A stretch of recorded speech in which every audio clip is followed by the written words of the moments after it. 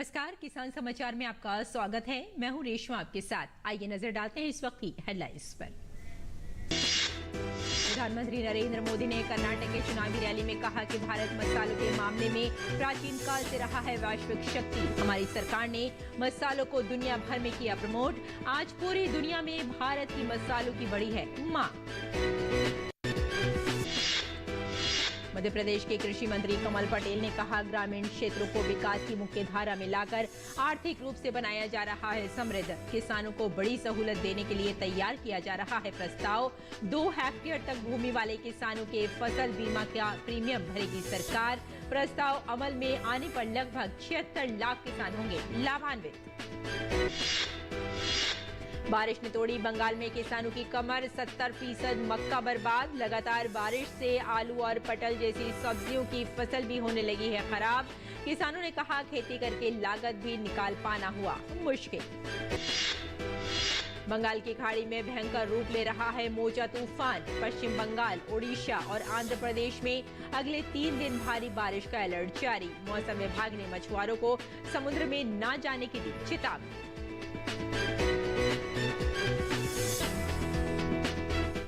और अब समाचार विस्तार से। प्रधानमंत्री नरेंद्र मोदी ने कर्नाटक के एक चुनावी रैली में कहा कि भारत मसालों के मामले में प्राचीन काल से वैश्विक शक्ति रहा है, लेकिन कांग्रेस के शासन में तो हम अपनी हल्दी तक की पहचान खोने लगे थे। लेकिन हमने अपने मसालों को दुनिया भर में प्रमोट किया। आज पूरी दुनिया में हमारे मसालों की मांग बढ़ी है।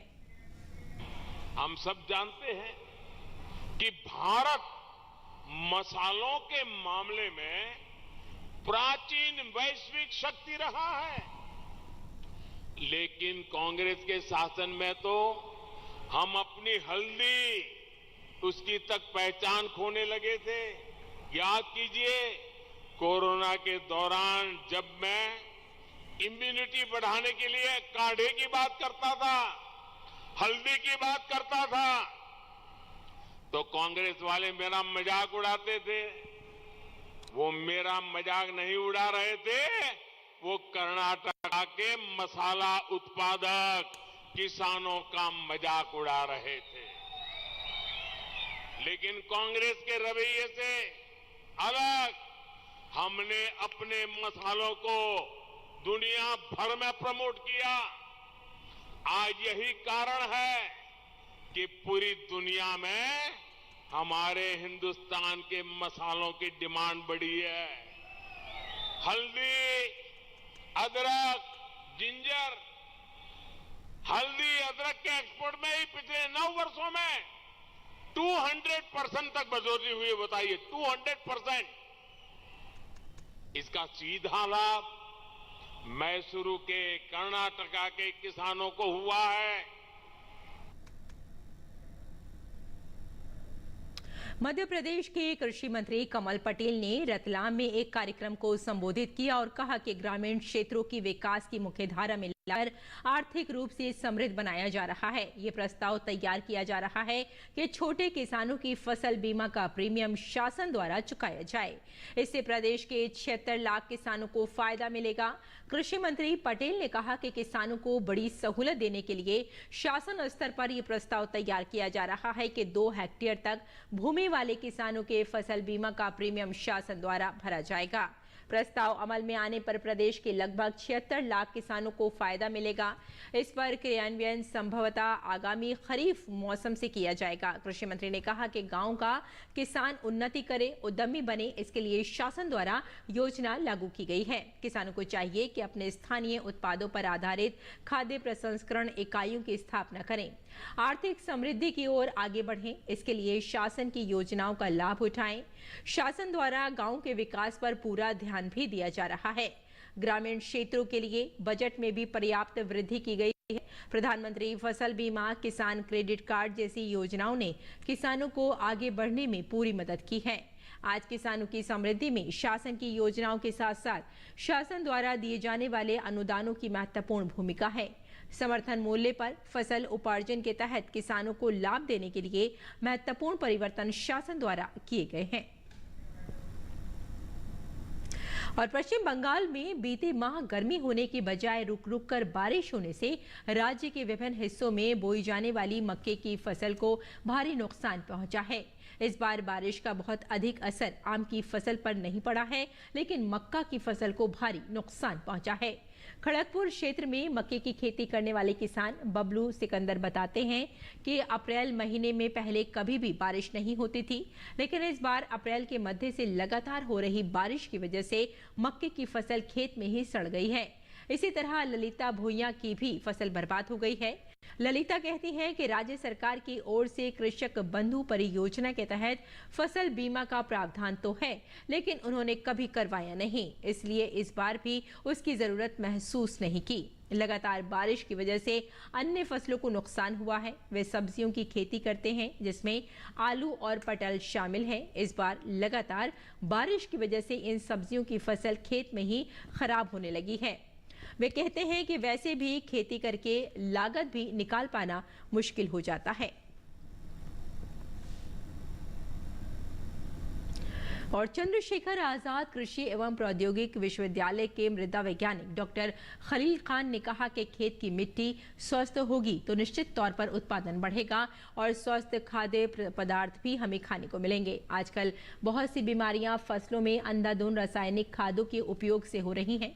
स्वास्थ्य मृदा कार्ड बनने से किसानों को अपनी खेत की मिट्टी की पूरी जानकारी मिल जाती है कि खेत में कौन सी फसल का उत्पादन ज्यादा मिलेगा और कितनी मात्रा में खाद डालना होगा। इसलिए किसान फसल उत्पादन में बढ़ोतरी के लिए मृदा की जांच अवश्य कराएं और ये जांच मई माह में ही हो जानी चाहिए। उन्होंने कहा कि फसलों से अधिक उपज लेने के लिए ये जानना जरूरी हो जाता है कि मिट्टी में कौन कौन से पोषक तत्व कितनी मात्रा में उपलब्ध हैं। फसल के अनुरूप जैविक खाद उर्वरकों की मात्रा निर्धारण के लिए खेत की मिट्टी कौन कौन से फसल के लिए उपयुक्त है, मिट्टी की अम्लीयता और साथ ही ये क्षारीयता, विद्युत चालकता का स्तर क्या है, ये सब मिट्टी की जांच से ही पता चलता है और मिट्टी की जांच के लिए मई का महीना सर्वोत्तम होता है। और मिट्टी का जो नमूना है उसके लिए ज़रूरी है कि किसी भी खेत में 5 जगहों से 15 सेंटीमीटर गहराई से मिट्टी का नमूना लिया जाए। सर्वप्रथम किसान भाइयों को वी आकार का गड्ढा खोदकर नमूना लेना चाहिए। साथ ही खेत के 5 जगहों से नमूना एकत्रित करने के बाद सभी को मिलाकर समग्र नमूना बना लेते हैं। अब इस नमूने से आधा किलो मिट्टी लेकर कपड़े की थैली में भरकर बोई जाने वाली फसल के बारे में बताते हैं। थैली में एक पर्ची पर किसान का नाम, पता एवं खसरा संख्या सहित सभी जानकारी लिख देते हैं। मिट्टी के नमूने को मृदा प्रशिक्षण हेतु प्रयोगशाला भेजकर मिट्टी का परीक्षण करा लेते हैं। मृदा परीक्षण उपरांत किसान को उर्वरक संस्तुति पत्र यानी कि मृदा स्वास्थ्य कार्ड प्राप्त भी हो जाता है, जिसके आधार पर किसान अपनी फसलों में उर्वरक प्रयोग करते हैं। मिट्टी के भौतिक और रासायनिक गुणों के आधार पर ही फसलों का चयन करना होना लाभकारी माना जाता है। सभी मिट्टी सभी फसल उगाने के लिए उपयुक्त नहीं मानी जाती है और साथ ही मिट्टी की जांच से स्पष्ट निर्देश मिल जाता है कि विशेष खेत में कौन सी फसल उगाई जानी चाहिए। सभी फसलों के उचित बढ़वार उत्पादन हेतु पीएच मान 6.50 से 7.50 सबसे उपयुक्त होता है। आगे बढ़ते हैं। बंगाल की खाड़ी में कम दबाव का क्षेत्र बनने की वजह से मोचा तूफान बन रहा है। भारतीय मौसम विभाग ने कहा कि बंगाल की दक्षिण पूर्व खाड़ी में उठा चक्रवात सोमवार को एक दबाव के क्षेत्र में बदल जाएगा और फिर इसके चक्रवाती तूफान में परिवर्तित होने की संभावना है। चक्रवाती हवाओं का क्षेत्र अब दक्षिण पूर्व बंगाल की खाड़ी और इसके आसपास की दक्षिण अंडमान सागर पर केंद्रित है।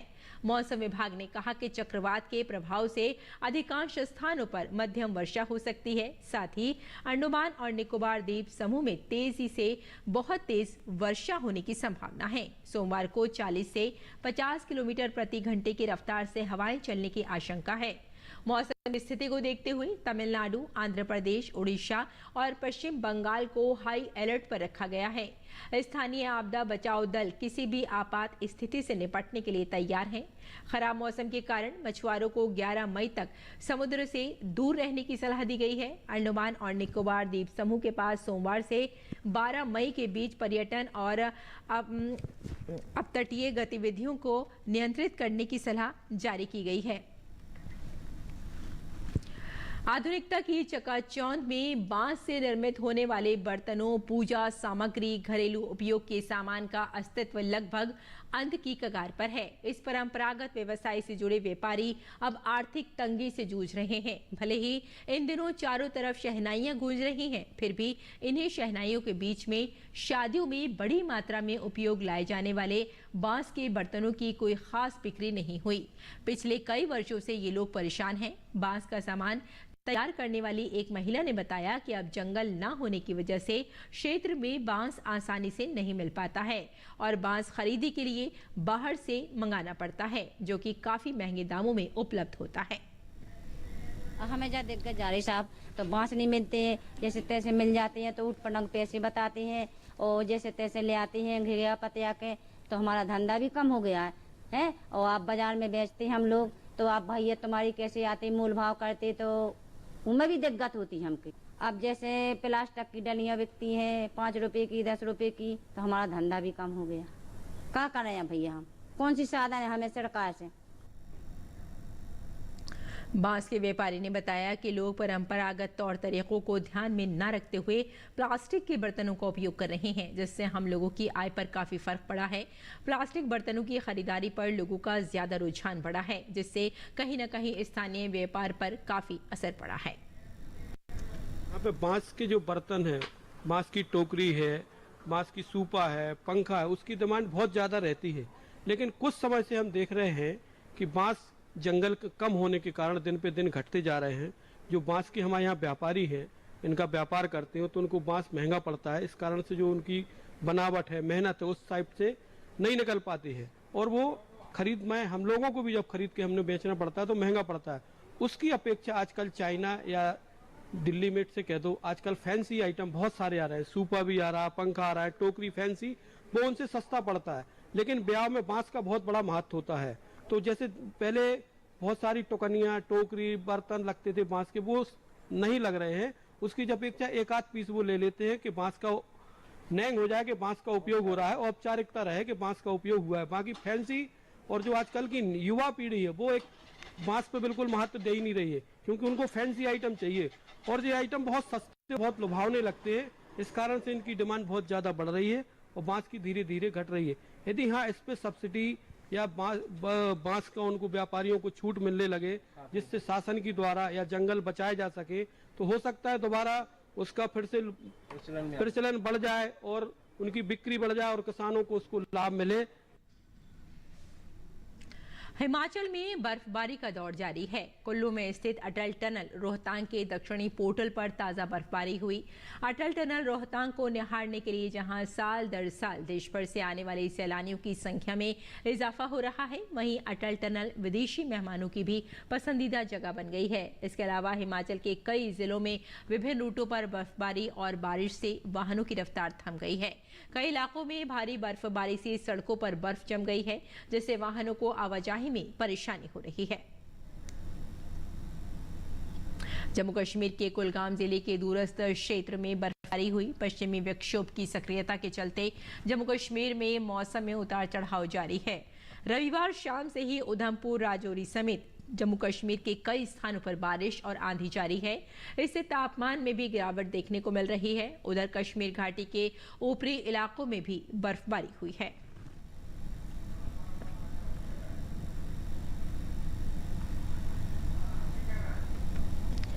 और आज विरासत में बात करते हैं ऐसे कपड़े की जिसका नाता है बाघ से। देश विदेश में बाघ ब्लॉक प्रिंट के नाम से मशहूर ये कपड़ा तैयार होता है प्राकृतिक रंगों से। तो आइए चलते हैं हमारे संवाददाता विशाल बैरिस्टो के साथ बाघ मध्य प्रदेश की बौद्ध गुफाओं में। अजंता और एलोरा गुफाओं की तर्ज पर ही बाघ गुफाएं बनी हुई हैं। 5वीं से 7वीं शताब्दी में बनी ये बौद्ध गुफाएं मध्य प्रदेश के धार जिले से 97 किलोमीटर दूर विंध्य पर्वत के दक्षिणी ढलान पर हैं। मांडू से 120 किलोमीटर दूर मैं इस वक्त हूँ बाघ गुफाओं में। ये बौद्ध गुफाएं 5वीं से 7वीं शताब्दी के बीच की हैं और ये ऐसी 7 गुफाएं हैं। लेकिन हमारी कहानी बाघ की गुफा पर नहीं है, बल्कि बाघ प्रिंट पर है। इन गुफाओं में बनी प्राचीन चित्रकारी मनुष्य को आश्चर्य में डाल देती है। माना जाता है कि 10वीं शताब्दी में बौद्ध धर्म के पतन के बाद इन गुफाओं को मनुष्य ने भुला दिया था और यहाँ बाघ निवास करने लगे। इसीलिए इन्हें बाघ गुफाओं के नाम से जाना जाता है। बाघ गुफा के कारण ही यहाँ बसे गांव को बाघ गांव और यहाँ से बहने वाली नदी को बाघ नदी के नाम से जाना जाता है। आज ये जगह पर्यटक स्थल में तब्दील हो चुकी है। यहाँ पर जो पुरातन विभाग का पुरातन जो सभ्यता है वो देखने को मिली यहाँ पर, और आज के दिन में जो सरकार ने इसको वापस से डेवलप किया, बहुत अच्छी तरह से डेवलप किया। और यहाँ पर जो हमारे साथ ये बच्चे आए हुए हैं, इन लोगों को भी हमारी पुरानी सभ्यता का जो आज पता चलना चाहिए वो इस माध्यम से पता चलता है। सारा हिस्ट्री देखने को मिलता है, दैट इज़ वेरी एक्साइटिंग। हम लोगों को इंदौर में या सिटी में ऐसा कुछ मिलता नहीं है, तो यहाँ आके ये चीज़ एक नहीं है कि घूमने के लिए भी एक स्पॉट हो गया है। इन गुफाओं में आकर्षक नक्काशी से प्रभावित होकर बना है ब्लॉक प्रिंट। इस काम में कुछ मुस्लिम खत्री परिवारों को पीढ़ियों से महारत हासिल है। हमारी लगभग चौथी 5वीं पीढ़ी इस विधा पर काम कर रही, जहाँ तक हमें मालूम है। इससे पहले भी काम होता आया है और काफ़ी पुराने इसमें जो डिज़ाइंस होते हैं हम लोग उसको यूज़ कर रहे हैं। अभी बहुत सारे ऐसे डिज़ाइंस है जो यहाँ पर भी है मौजूद, वो हम लोग ब्लॉक्स पे बनाए हैं हमने उनको। और काफ़ी इसमें बाहर के जो देशे हैं वहाँ पे बहुत अच्छी इसका रिस्पांस मिलता है, बहुत अच्छी डिमांड है। बाघ प्रिंट बहुत ही मेहनत का और पूरी तरह हाथ से किया जाने वाला काम है। इसके लिए हर कपड़ा, जिसके लिए केवल प्राकृतिक सामग्री का उपयोग होता है, खारा पद्धति से कपड़े को एक प्रकार का समुद्री नमक, संचेरा, अरंडी का तेल और बकरी की मांगी में डुबाकर रखा जाता है और फिर सुखाया जाता है। ऐसा 3 बार किया जाता है। आखिरी बार सुखाने के बाद कपड़े को बहेड़ा पाउडर के साथ डुबा कर रखा जाता है। छपाई का लाल रंग फिटकरी और इमली के बीज से बनाया जाता है, जबकि काले रंग को तैयार करने के लिए लोहे के महीन पाउडर के साथ गुड़ को 15-20 दिनों के लिए मिलाकर रखा जाता है। कपड़े पर छपाई लकड़ी के छापों से की जाती है और तब तैयार होती है ये शानदार साड़ियाँ। हम लोग इसको पूरा नेचुरल पद्धति से बनाते हैं। तो लाल कलर के लिए एलम फिटकरी का यूज़ करते हैं और ब्लैक कलर के लिए लोहे का जंग, हरा पाउडर और गुड़ और चूना, ये चीज़ें मिला करके फिर उसको ब्लैक कलर के लिए यूज़ करते हैं हम लोग। ये पूरी तरह से नेचुरल है और स्किन के लिए बहुत फ़ायदेमंद होता है। इससे ना स्किन को कोई भी नुकसान नहीं होता। इस काम में अब जनजाति के मजदूर लगे हुए हैं, जो प्राकृतिक रंगों के सहारे फूल और ज्योमेट्रिक सीरीज की एक श्रृंखला को कपड़े पर छाप देते हैं।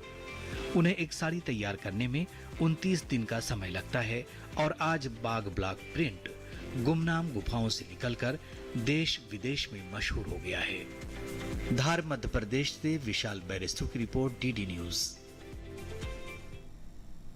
और आज हम आपको बता रहे हैं राजस्थान के लोपाड़िया के लक्ष्मण सिंह के बारे में, जिन्होंने पानी बचाने की चौका तकनीक से 50 से ज्यादा गांवों की तस्वीर बदल दी। इसके साथ ही राजस्थान के 80 से अधिक गांवों में युवाओं को चौका तकनीक में प्रशिक्षित भी कर रहे हैं।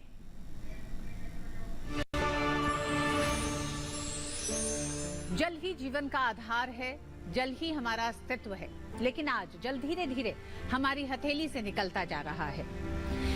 ऐसे में कुछ ऐसे जल नायक हैं जो इसे सहेजने में जी जान से जुटे हैं। ऐसे ही पर्यावरण प्रेमी हैं लक्ष्मण सिंह, जिन्होंने 18 साल की उम्र में अपने गांव की तस्वीर को बदलने की ठानी और फिर पानी बचाने की तकनीक से 50 से ज्यादा गांव की तस्वीर को बदला। पानी बचाने की चौका तकनीक को अपनाया और न सिर्फ अपने गांव को बल्कि राजस्थान के 50 से ज्यादा गांवों में चारागाह और तालाब बचाए।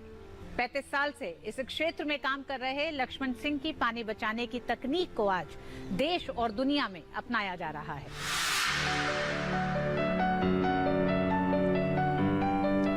रहीमन पानी राखिए, बिन पानी सब सून। इन शब्दों का अर्थ अपने ही नहीं औरों के भी जीवन में उतार देने वाले राजस्थान के गांव लोपाड़िया के समाज सेवी लक्ष्मण सिंह जल क्रांति के नायक हैं। लक्ष्मण सिंह ने पानी बचाने की चौका तकनीक और इसके लिए छेड़ी गई मुहिम से 50 से ज्यादा गांवों की तस्वीर बदल दी। तालाबों का पुनरुद्धार किया, चारागाहों को भी बचाया, खुद श्रमदान भी किया। लक्ष्मण सिंह 18 साल की उम्र से ही जल संरक्षण के लिए काम कर रहे हैं। उन्होंने गांव-गांव, शहर-शहर जाकर चौका तकनीक और जल संरक्षण के बारे में लोगों को जागरूक किया। गांव के कई युवकों को साथ जोड़कर ग्राम विकास नव युवक समितियों का भी गठन किया। वे प्राकृतिक संसाधन प्रबंधन को ग्रामीण समुदायों के हाथों में वापस ला रहे हैं। पीढ़ी दर पीढ़ी दिया जाने वाला जल संरक्षण का स्थानीय ज्ञान आत्मसात कर लोकतांत्रिक जल प्रबंधन के स्वदेशी ब्लूप्रिंट को लागू करने के लिए राजस्थान के 80 से अधिक गांवों में युवाओं को प्रशिक्षित करने पर ध्यान केंद्रित कर रहे हैं। 10 बरस पहले हमारा इलाका जो है इसको लोकल शब्दों में काठेड़ा बोलते हैं, यानी कि जमीन काठी है और जब पानी गिरता है तो पानी चलने लगता है। रिचार्ज 3% ही होता है। हमें तालाब बनाना है इस एरिया में, चौका सिस्टम एक डिजाइन हमने निकाली कि पानी रुके बारिश का और वो बारिश का पानी जमीन में उतरे, और जब जमीन में पानी उतरेगा तो वो कुओं में उतरेगा और जमीन पानीदार बनेगी, जिससे हरियाली ऊपर आएगी। हमारे इलाके में हरियाली बड़ी गजब की है क्योंकि हमने चौका सिस्टम किया है और चौका सिस्टम छोटे छोटे स्ट्रक्चर हैं तो बरसात का पानी रोकता है। हमारे यहाँ गरीबी मिट चुकी है, यहाँ पानी की कोई कमी नहीं है, हमारे काम के लायक पानी है, हमारे काम के लायक जमीन उपजाऊ है। जब ये पद्मश्री का सूचना हमें मिली तो हमें ये महसूस हुआ कि वास्तव में कोई अच्छे काम के लिए भारत सरकार किसी के लिए सोचती है, पहचान के लिए सोचती है, और मुझे एक अच्छी पहचान मिली। हमको जब पद्मश्री मिला तो लोगों के दिमाग में आया है कि पानी का काम और मिट्टी का काम और पर्यावरण का काम जरूर करना चाहिए, इससे जिंदगी चलती है। पूरे भारत को पानीदार और पर्यावरणदार बनाना है हमें, ये हमारी जिम्मेदारी आ चुकी है और हम इसको करेंगे। चौका तकनीक में बरसात का पानी जहां गिरता है वहीं एकत्रित होता है। इसमें लंबे ढलान को छोटे छोटे ढलानों में बांटने से पानी बहने की रफ्तार इतनी कम हो जाती है कि जमीन का कटाव नहीं होता। इससे पानी का बहाव रुककर जमीन में ही भरता जाता है। साथ ही घास, झाड़ियां और पेड़ पौधों को फिर से उगाने में मदद मिलती है। लक्ष्मण सिंह जी लंबे समय से जल संरक्षण के काम में जुटे हैं। उन्होंने अपने लापोड़िया गांव को पानीदार बनाया, फिर नदी पर तरुण भारत संघ के साथ मिलकर यहाँ बहुत काम किया। उनका जीवन का बड़ा हिस्सा पानी के बड़े काम करने में लगा। उसका परिणाम है कि वो टोंक जिले में, अजमेर जिले में और कई जिलों में, गांव-गांव में, चित्तौड़गढ़ में, भीलवाड़ा में, गांव-गांव में उन्होंने पानी के काम किए। उन पानी के कामों से उनका जो इलाका था वो पानीदार बनने की दिशा में आगे बढ़ा।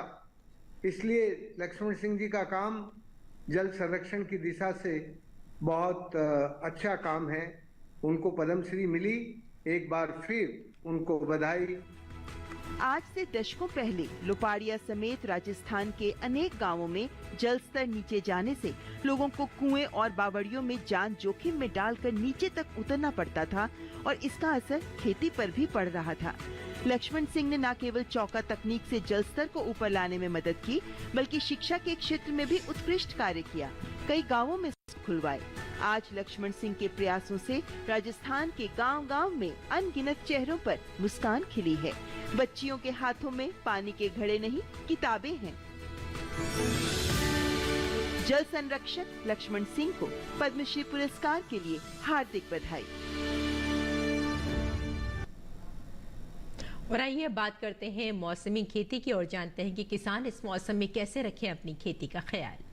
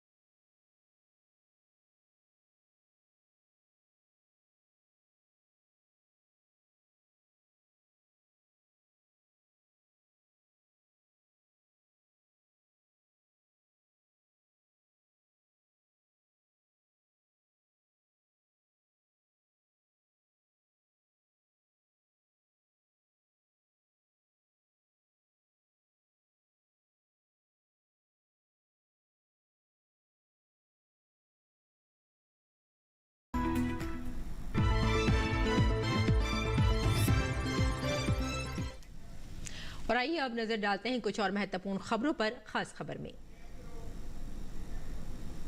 कर्नाटक में 10 मई को होने वाले विधानसभा चुनाव के मतदान से पहले चुनाव आयोग ने परामर्श जारी किया है। परामर्श में कहा गया है कि कोई भी पार्टी या उम्मीदवार चुनाव के दिन और एक दिन पहले मीडिया प्रमाणन और निगरानी समिति से मंजूरी के बिना प्रिंट मीडिया में कोई विज्ञापन प्रकाशित नहीं कराएगा।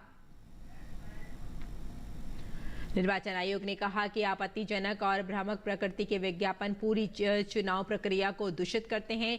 संपादकों को एक अलग पत्र में निर्वाचन आयोग ने उन्हें ये स्पष्ट कर दिया कि भारतीय प्रेस परिषद के पत्रकारिता आचरण के मानदंड उनके समाचार पत्रों में प्रकाशित विज्ञापनों सहित सभी मामलों के लिए उन्हें जिम्मेदार ठहराते हैं। रक्षा मंत्री राजनाथ सिंह द्वारा चंडीगढ़ में भारतीय वायुसेना विरासत केंद्र का शुभारंभ। विरासत केंद्र में कलाकृतियों, नमूनों और परस्पर संवादात्मक बोर्ड के जरिए भारतीय वायुसेना के अभियानों के विभिन्न पहलुओं को दर्शाया जाएगा। केंद्रीय वित्त मंत्री निर्मला सीतारमण की अध्यक्षता में वित्तीय स्थिरता एवं विकास परिषद की 27वीं बैठक हुई। वैश्विक और घरेलू चुनौतियों के बीच अर्थव्यवस्था की स्थिति की समीक्षा की गई। रिजर्व बैंक ऑफ इंडिया के गवर्नर शक्तिकांत दास समेत वित्तीय क्षेत्र के सभी नियामक की शिरकत। छत्तीसगढ़ के सुकमा जिले में सुरक्षा बलों ने मुठभेड़ में 2 इनामी नक्सलियों को मार गिराया। एक पर 8 लाख और दूसरे पर 3 लाख रुपए का इनाम घोषित था। पंजाब के अमृतसर में स्वर्ण मंदिर के पास हेरिटेज स्ट्रीट पर लगातार दूसरे दिन विस्फोट हुआ। इसमें एक व्यक्ति की जख्मी होने की खबर है। सुबह 6:30 बजे के करीब कम तीव्रता का धमाका हुआ। पुलिस मौके पर पहुंचकर जांच कर रही है। केरल के मलप्पुरम जिले के तन्नूर में नाव पलटने की घटना में मृतकों की संख्या बढ़कर 22 हो गई है। मरने वालों में ज्यादातर महिलाएं और बच्चे हैं जो स्कूल की छुट्टियों के दौरान घूमने के लिए आए थे। पुलिस ने बताया कि दुर्घटना स्थल से मिली प्रारंभिक सूचना के अनुसार नौका पर करीब 40 यात्री सवार थे। प्रधानमंत्री नरेंद्र मोदी ने मृतकों के परिवारों के प्रति संवेदना व्यक्त की और उनके लिए 2 लाख रुपए की अनुग्रह राशि देने की घोषणा की। ट्वीट में पीएम मोदी ने कहा कि केरल के मलप्पुरम में नाव दुर्घटना में लोगों की मौत से दुखी हूं। मणिपुर में सामान्य स्थिति धीरे धीरे बहाल हो रही है क्योंकि राज्य में पिछले 24 घंटों में कोई हिंसा नहीं हुई है। राज्य सरकार ने अधिकांश जिलों में कुछ घंटों के लिए जनता कर्फ्यू में ढील देने का भी निर्णय लिया है।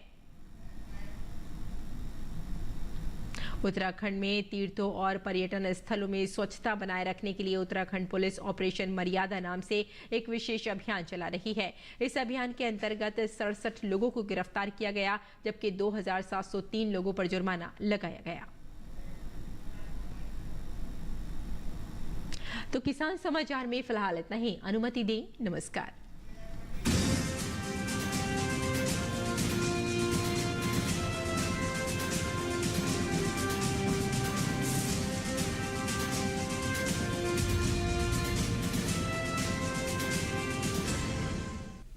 With a promise